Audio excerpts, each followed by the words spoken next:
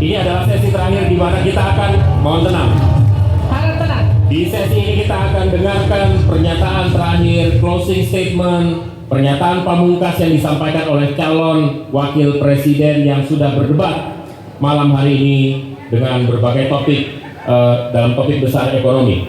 Kesempatan pertama kami berikan kepada calon wakil presiden nomor urut 1 Bapak Muhaimin Iskandar untuk menyampaikan pernyataan penutup. Waktu Anda 2 menit. Terima kasih. Sarung adalah simbol kesetaraan dan keadilan. Sarung itu lembut, tapi di tangan orang yang baik bisa jadi selepet atas ketidakadilan dan kecurangan. Yang tidak ada dalam kebijakan ekonomi kita saat ini adalah keberanian untuk mewujudkan aturan main yang adil dan keberanian untuk berpihak kepada rakyat.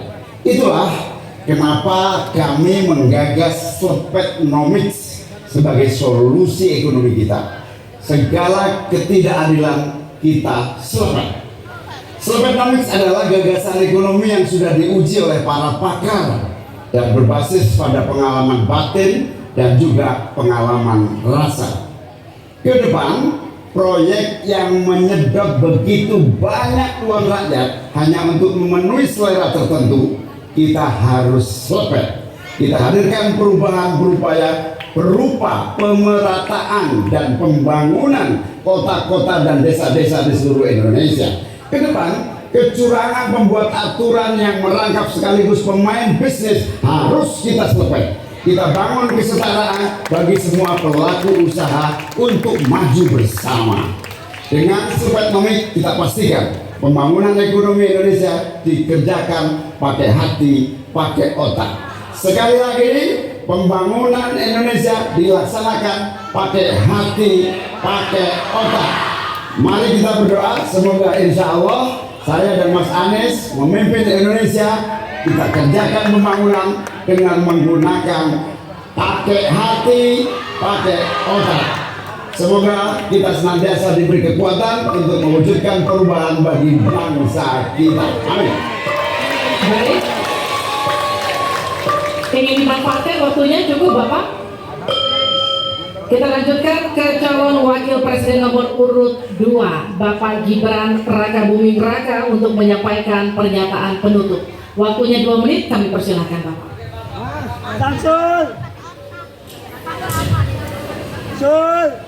Indonesia ini negara besar. Kita harus bersyukur di tahun 2020 sampai 2030 nanti kita akan mendapatkan bonus demografi. Saat itulah sebagian besar penduduk kita ada pada usia produktif. Ini kesempatan kita untuk meningkatkan produktivitas nasional. Peluang untuk menuju Indonesia emas makin terbuka lebar. Tapi Bapak Ibu yang saya hormati, teman-teman sesama anak muda, ingat, kesempatan ini hanya datang sekali. Kesempatan ini tidak akan terulang lagi. Untuk itu kita harus kerja keras, kerja fokus, berani melakukan lompatan. Saya ucapkan terima kasih kepada Pak Prabowo yang sudah memberikan saya kesempatan untuk ikut andil dalam kontestasi ini. Saya sangat bangga sekali saya menjadi bagian dalam perjalanan menuju Indonesia emas. Saya ucapkan terima kasih juga Prof. Mahfud, Gus Muhaimin. Saya sangat senang sekali bisa satu panggung dengan orang-orang hebat seperti ini. Senang sekali anak muda bisa bertukar pikiran dengan ketua umum partai dan seorang profesor. Sekali lagi terima kasih. Anak-anak muda harus saling mendukung, anak-anak muda harus saling bergandengan tangan. Saya yakin Indonesia emas bisa tercapai. Terima kasih. Wassalamualaikum warahmatullahi wabarakatuh. Selamat Natal dan Tahun Baru. Baik, terima kasih. Harap tenang, kita Kita masih dalam sesi, mohon tenang. Waktu belum selesai. Kami persilakan selanjutnya calon wakil presiden nomor urut 3 Bapak Mahfud MD untuk menyampaikan. Saudara-saudara seluruh bangsa Indonesia, kami Ganjar dan Mahfud ingin memastikan untuk menyelenggarakan negara yang bersih melalui penegakan hukum tanpa pandang bulu.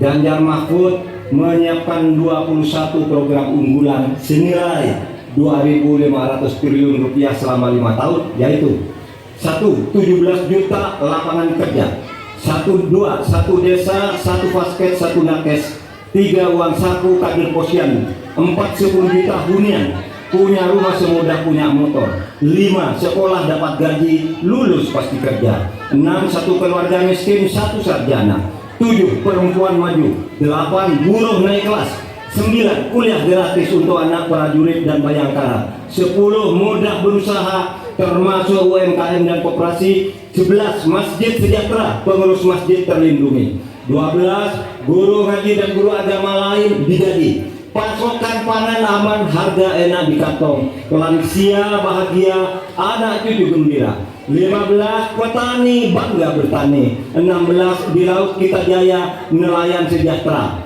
17 disabilitas mandiri berprestasi, 1 desa 1 mobil akses, 18 internet super cepat gratis dan merata, 19 bansos pasti lanjut tapi harus tepat sasaran, 20 sikat KKN, dan terakhir KTP Sakti.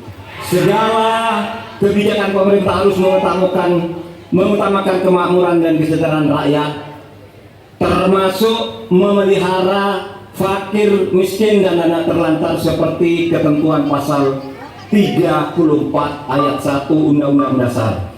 Semoga niatan baik dan keikhlasan kami mendapat ganjaran ilahi dan tercatat di Lauhil Mahfuz. Selesai. Kita berikan aplaus dan apresiasi yang paling meriah untuk ketiga calon wakil presiden kita. Saya undang Pak Muhaimin, Pak Gibran, dan Pak Mahfud untuk ada di tengah. Untuk ada di tengah lingkaran merah ini. Kami juga memohon agar Pak Anies, Pak Prabowo, dan Pak Ganjar mendampingi calon wakil presiden masing-masing. Kami persilakan Ini adalah calon-calon pemimpin kita yang dapat Anda pilih nanti di tanggal 14 Februari 2024. Kami juga undang Ketua KPU dan seluruh anggota KPU untuk bergabung bersama kita di sini. Mudah-mudahan debat kedua kali ini dapat memberikan referensi kepada Anda, menjadi hasanah bagi Anda untuk menentukan siapa yang Anda pilih. Ada 1, ada 2, ada 3.